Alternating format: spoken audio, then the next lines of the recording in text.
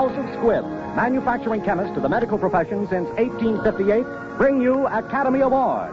The pictures, the players, the techniques and skills which have won or been nominated for the coveted awards granted each year by the Academy of Motion Picture Arts and Sciences, to each in his field for outstanding achievement.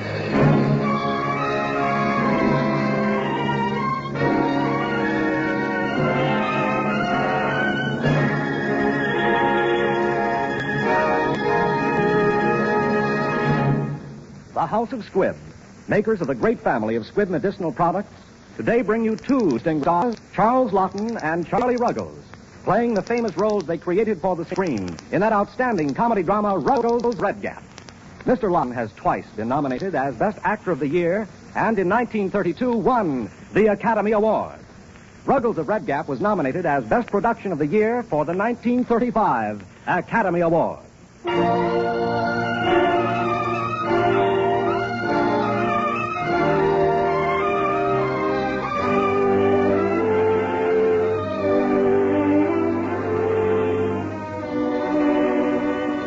This is the story of a good American and how he grew. This is the story of Ruggles, a gentleman's gentleman, a man's man, an English valet whose master lost him in an unfortunate game of poker to a horny-handed American citizen of Red Gap, a friendly town of the far west. Do I understand your lordship to say that I was at stake in a game of poker? That's right. It seems I lost you, Ruggles, to Mr. and Mrs. Egbert Floud. Rather rustic chap, Egbert. Made a pile in mining, Ruggles. But you don't have to go off if you don't want to. Go off, sir. I've got an idea. I rather think they want to take you back to Red Gap. Red Gap, sir? Yes, Ruggles. Some outpost in America, I believe. America? America, my lord. A country of slavery. Oh, I think that's all finished. I believe some chap with the name of Lincoln did something about it. I understand, my lord. There's the bell, Ruggles. I wouldn't be surprised if this isn't that chap Egbert. To collect you. To collect me, my lord? Very well, my lord. By the way, my lord, any parting remarks? I don't think so, Ruggles. Oh, yes, of course. Stiff up a plate, Ruggles. Thank you, my lord.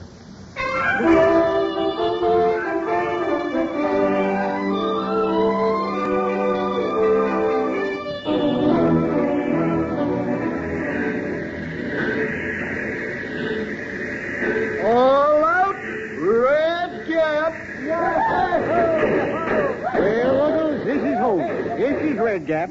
Pretty far from London, huh? Yes, sir. Are those cowboys, Mr. Floud? Yep. Friends and neighbors. Well, come on, let's go. And remember now, none of that fancy butler stuff with me around here, Bill. As far as I'm concerned, you're Colonel Ruggles. You get that? Colonel Ruggles. Yes, sir, but I mean to say, sir. Right. Come on, Effie, let's go.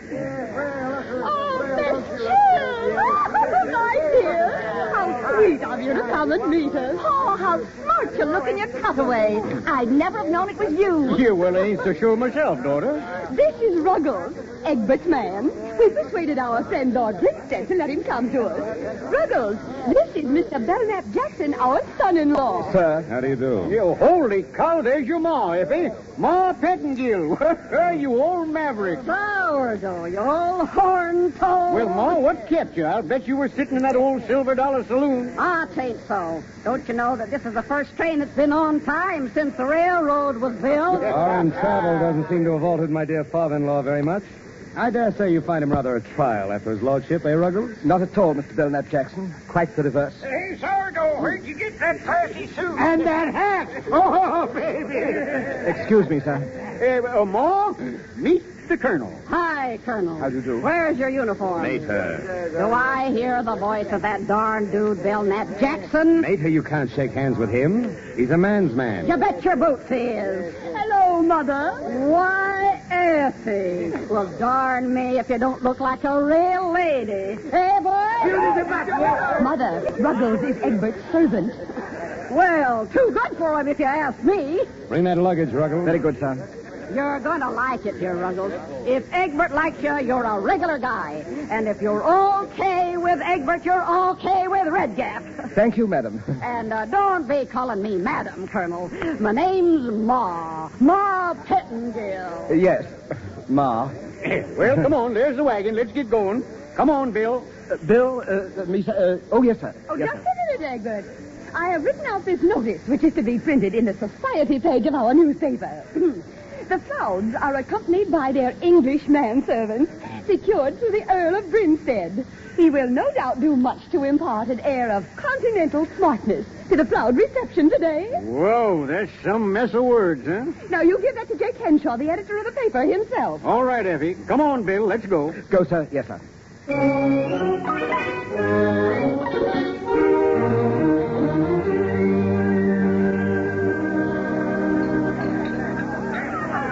But is this the newspaper office, sir? Oh, no. This is Nell Kenner's place.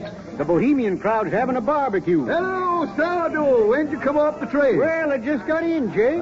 Jake, shake hands with my friend Colonel Ruggles. How do you do? Colonel, shake hands with Jake Henshaw, smartest newspaper man in the West. Howdy do. Colonel? What army, sir? Well, the truth of the matter is that I... British Army, retired. You don't say so. Well, say, that's a swell piece for the paper. All right, well, go ahead, Bill. Go on. Now circulate. Make yourself to home. Yes, sir. There seems to be a very tempting odor, sir. Could I inquire into its origin? Well, that's barbecue sauce, Bill. Go on over and chin with the gal who's cooking it. That's Mrs. Judson. Why, Egbert Floud, you old son of a gun. Hello, Nell. I've been looking for you. Where you been?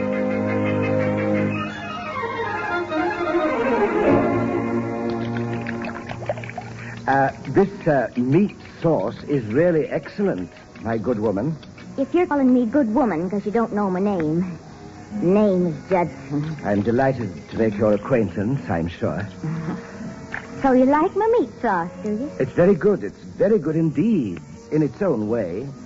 What do you mean, in its own way? Well, I was just thinking that maybe a few drops of this and a little bit of that might transform it into a really superlative sauce. Oh, so that's what you're thinking. Well, let me tell you that I've been making meat sauce for longer than I can remember, and nobody's ever found fault. My dear Mrs. Judson, I was not finding fault. Well, then, what did you mean by a few drops of this and a little of that? Well, I only meant that maybe a little spice and perhaps some wine vinegar. Who ever heard of putting wine vinegar in a meat sauce? Oh, what? I believe you're kidding me. I shouldn't dream of kidding, of doing such a thing, Mrs. Judson. I was only trying to put you right. Put me right. Now listen, Colonel. You stick to the things you know, like leading a regiment. What? And I'll stick to what I know. My dear Mrs. Judson, let us not become embroiled in an international squabble. Shall we dance? I'd love to.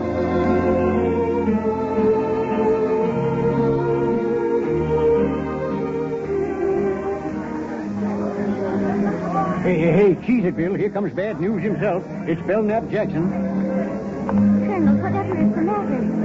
I must say you're the finest dancer I've ever had for a partner. Would you excuse me for just a moment, please, Mr. Well, Ruggles, what have you to say? Only that Mr. Egbert brought me here, sir, and told me to mix. I am endeavoring to obey his instructions. Don't be impertinent. I was driving past and I saw you dancing. Saw you with my very own eyes. Now, you'll leave this place immediately. Not without Mr. Egbert's orders, sir. What? I am sorry, sir. I say, was that you that kicked me, sir? Yes, it most certainly was. I hope that'll teach you a lesson. Why, he kicked me? Yes, sir. So I did, sir. Why, I did, didn't I?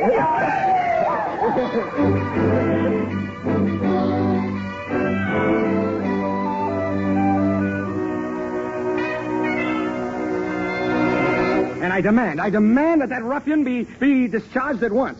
Whatever possessed you to kick Mr. Belknap Jackson, I shall never understand. Nor I, madam. Ordinarily, I am a model of self-control. It must have been Mr. Belknap Jackson's unfortunate behavior. Oh, I'm afraid you'll have to go, Ruggles.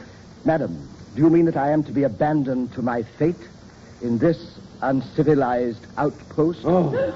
Uncivilized outpost? You see, Effie, the man is utterly impossible.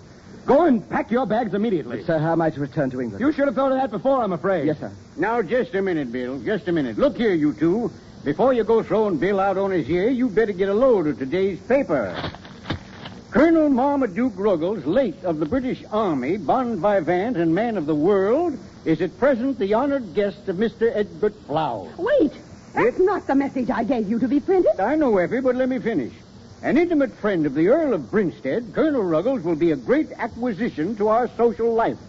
We understand that a series of entertainments are already being planned by socially prominent figures of Red Gap, such as Mrs. Judy Ballard and Mrs. Ralph Wilson. Oh, this is disaster. This is complete social disaster. Oh, how dare you pass yourself off as a colonel? I made no such pretense, madam. You know Mr. Floud will call me that. Oh, Mrs. Judy Ballard.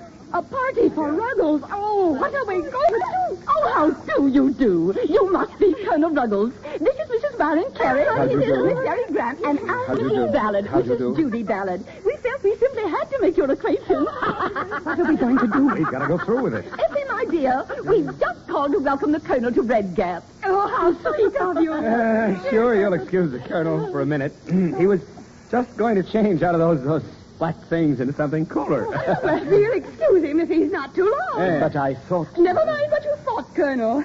Charles will tell you all about it. Come along. Colonel? Yes, sir? Yes, Charlie. Yes, Charlie.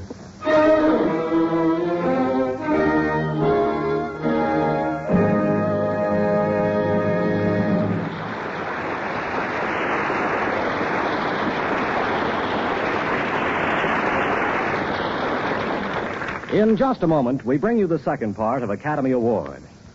Until you've tried pure Squibb dental cream, you'll never know how much you may be missing in a dentifrice. For Squibb dental cream is 3 ways refreshing.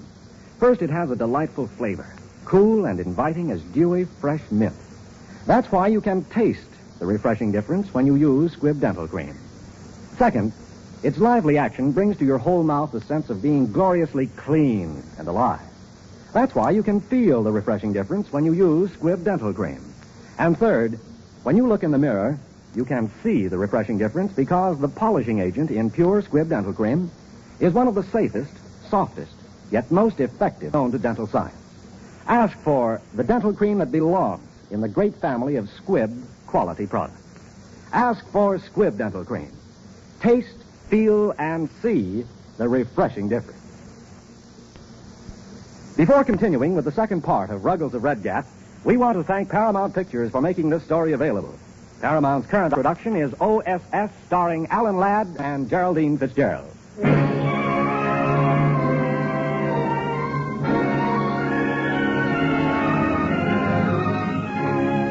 And now the House of Squibb presents Part 2 of Academy Award, starring Charles Laughton and Charlie Ruggles in Ruggles of Red Gap.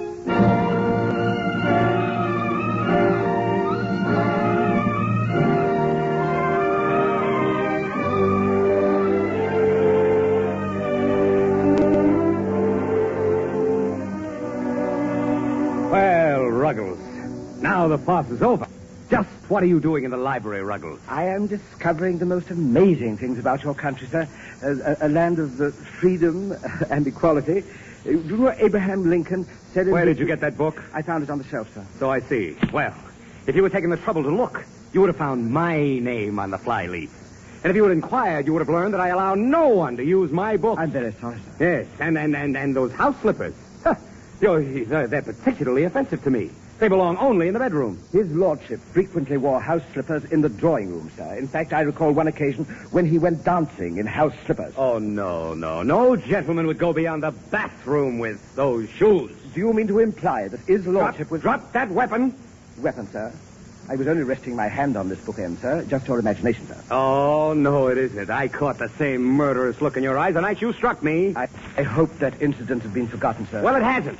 And that's why I'm giving you notice. Notice, sir? Exactly. And keep your hand away from that bookend. I can't believe it, sir. I thought everything was going so well. Well, for you. But for the rest of us, the situation is impossible. Now, here's your ticket to San Francisco. I fancy you can manage to work your way to London from there. That's all, Ruggles. You'll just have time to pack and catch the number 36. South!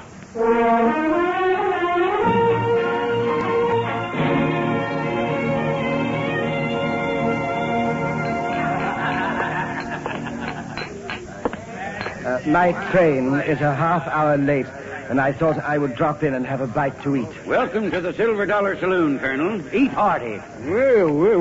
What are you doing here, Bill? Oh, Mr. Floud, sir. I hope you don't think that I followed you here, sir. I thought you were on your way to the ranch. We are. Only we thought it wouldn't hurt none if we split a bottle of liquor first. Well, what's eating you, Bill? Sit down. It's very nice of you to cover an awkward situation like this, sir. But I must ask to be excused. What's he talking about? First time I ever seen Bill drunk. I am not drunk.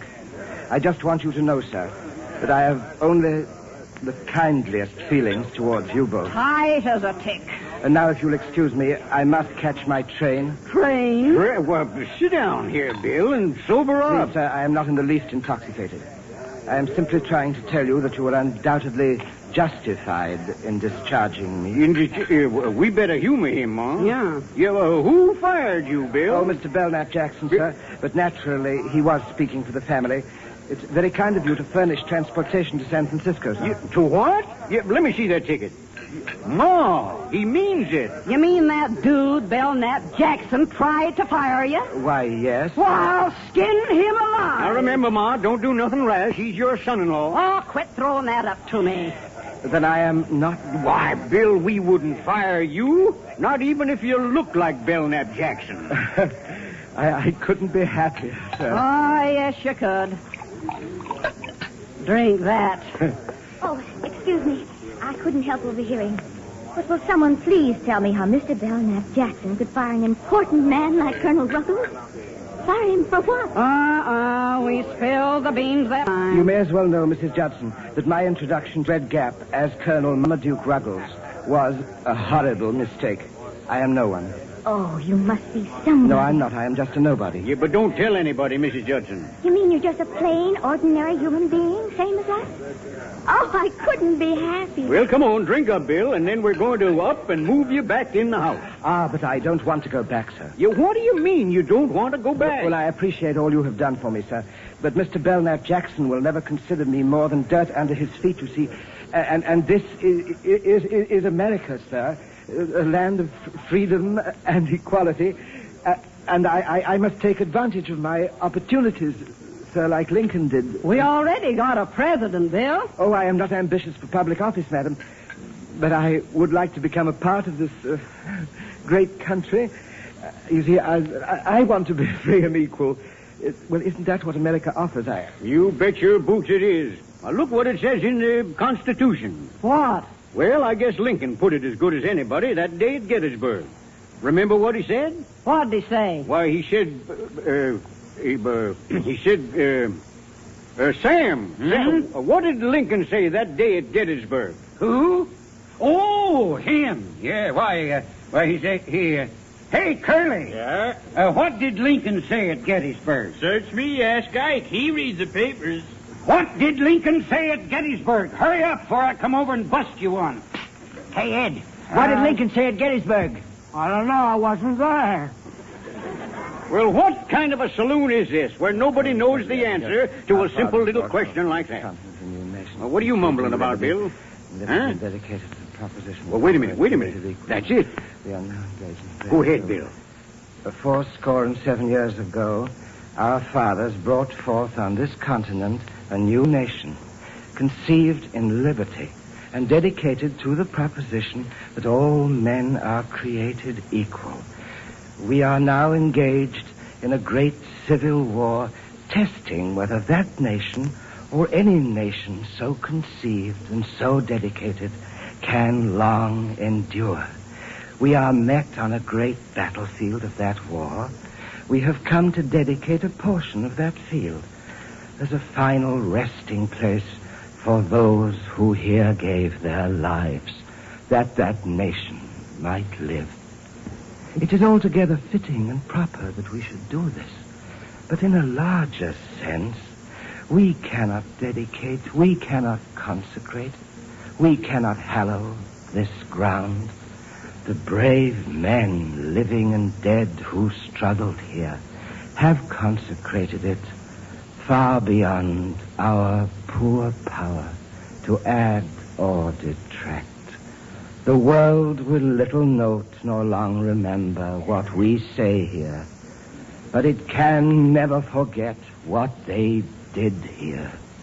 It is for us, the living rather, to be consecrated here to the unfinished work which they who fought here have thus far so nobly advanced, it is rather for us to be here dedicated to the great task remaining before us, that from these honored dead we take increased devotion to that cause for which they gave the last full measure of devotion, that we here highly resolve that these dead shall not have died in vain, that this nation, under God, shall have a new birth of freedom, and that government of the people, by the people, and for the people, shall not perish from the earth. Well, darn my eyes, Bill. After that, I reckon you not ever go back to being a gent's gent. Why, darn it, you're a better American than we are. Of course he is, you silly old coot. He's better because he's new. The newest American is the best American. Why, ask any Indian. Doggone you, rebels, I'm fairy, and so are all the boys.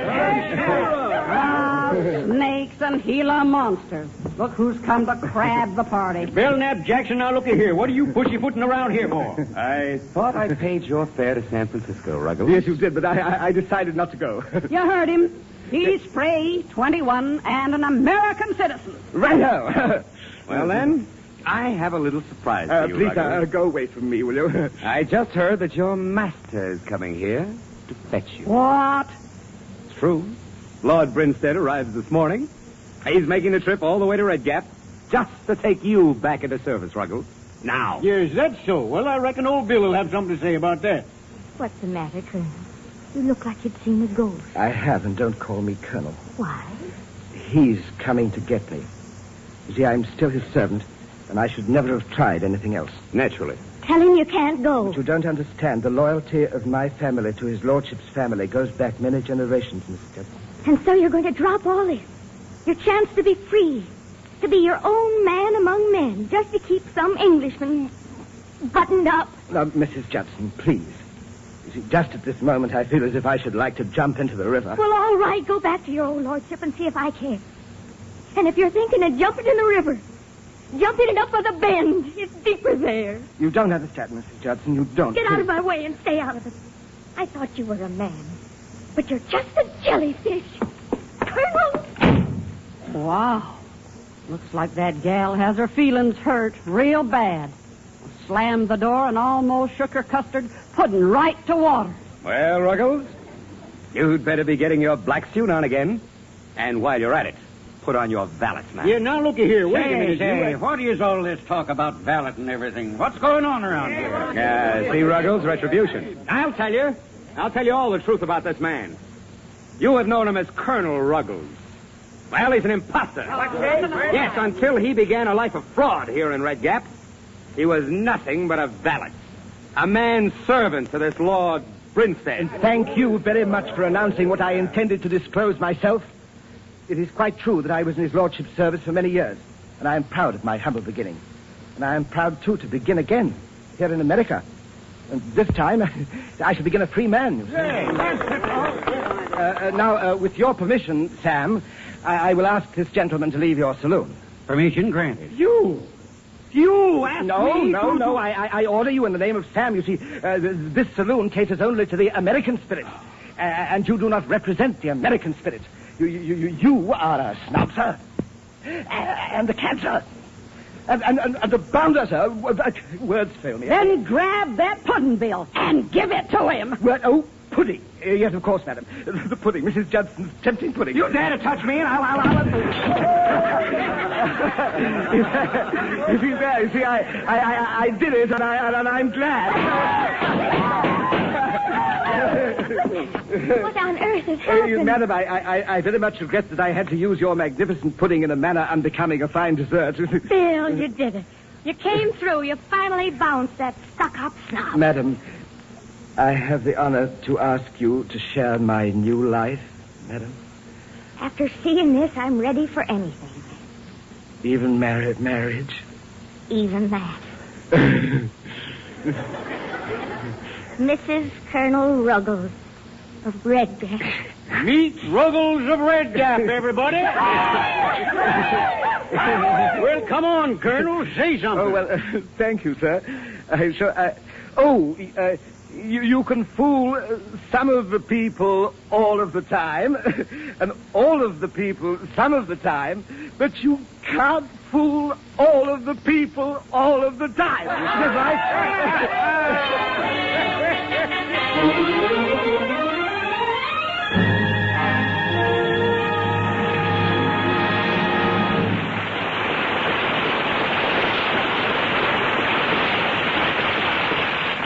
If you were to visit the Squibb laboratories, you could see vitamin D in the making. You'd have to put on dark glasses first, though, because you'd be shown a special lamp. A lamp so powerful that its ultraviolet light converts a substance with no vitamin D activity into a product with 18 million units of vitamin D per gram. That's more vitamin D effect than you can get from the direct rays of the sun on a hot summer day. The lamp that makes vitamins at the Squibb laboratories helps to supply America's babies with the extra vitamin D they need. It is estimated that 80% of all American babies are now given extra vitamin D. That's why the incidence of rickets is steadily diminishing. And at the Squibb Institute for Medical Research, scientists are constantly seeking new ways in which vitamin D and the other essential vitamins may serve mankind. It's one more example of Squibb's endless quest for perfection. One more reason why Squibb is a name you can trust.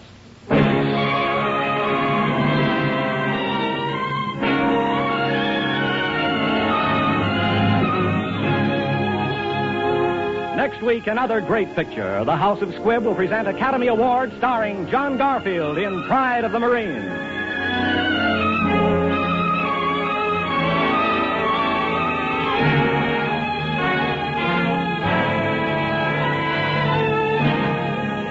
Ruggles of Red Gap was written for radio by Frank Wilson, with an original musical score composed and conducted by Leith Stevens. Our producer-director is Dee Engelbach. Charles Lawton can currently be seen in Universal's Because of Him. Charlie Ruggles will soon be seen in Columbia's new picture, Gallant Journey. This is Hugh Brundage bidding you good night until next week at the same time, when you're invited to listen again to Academy Award, presented by the House of Squibb, a name you can trust. This is CBS, the Columbia Broadcasting System.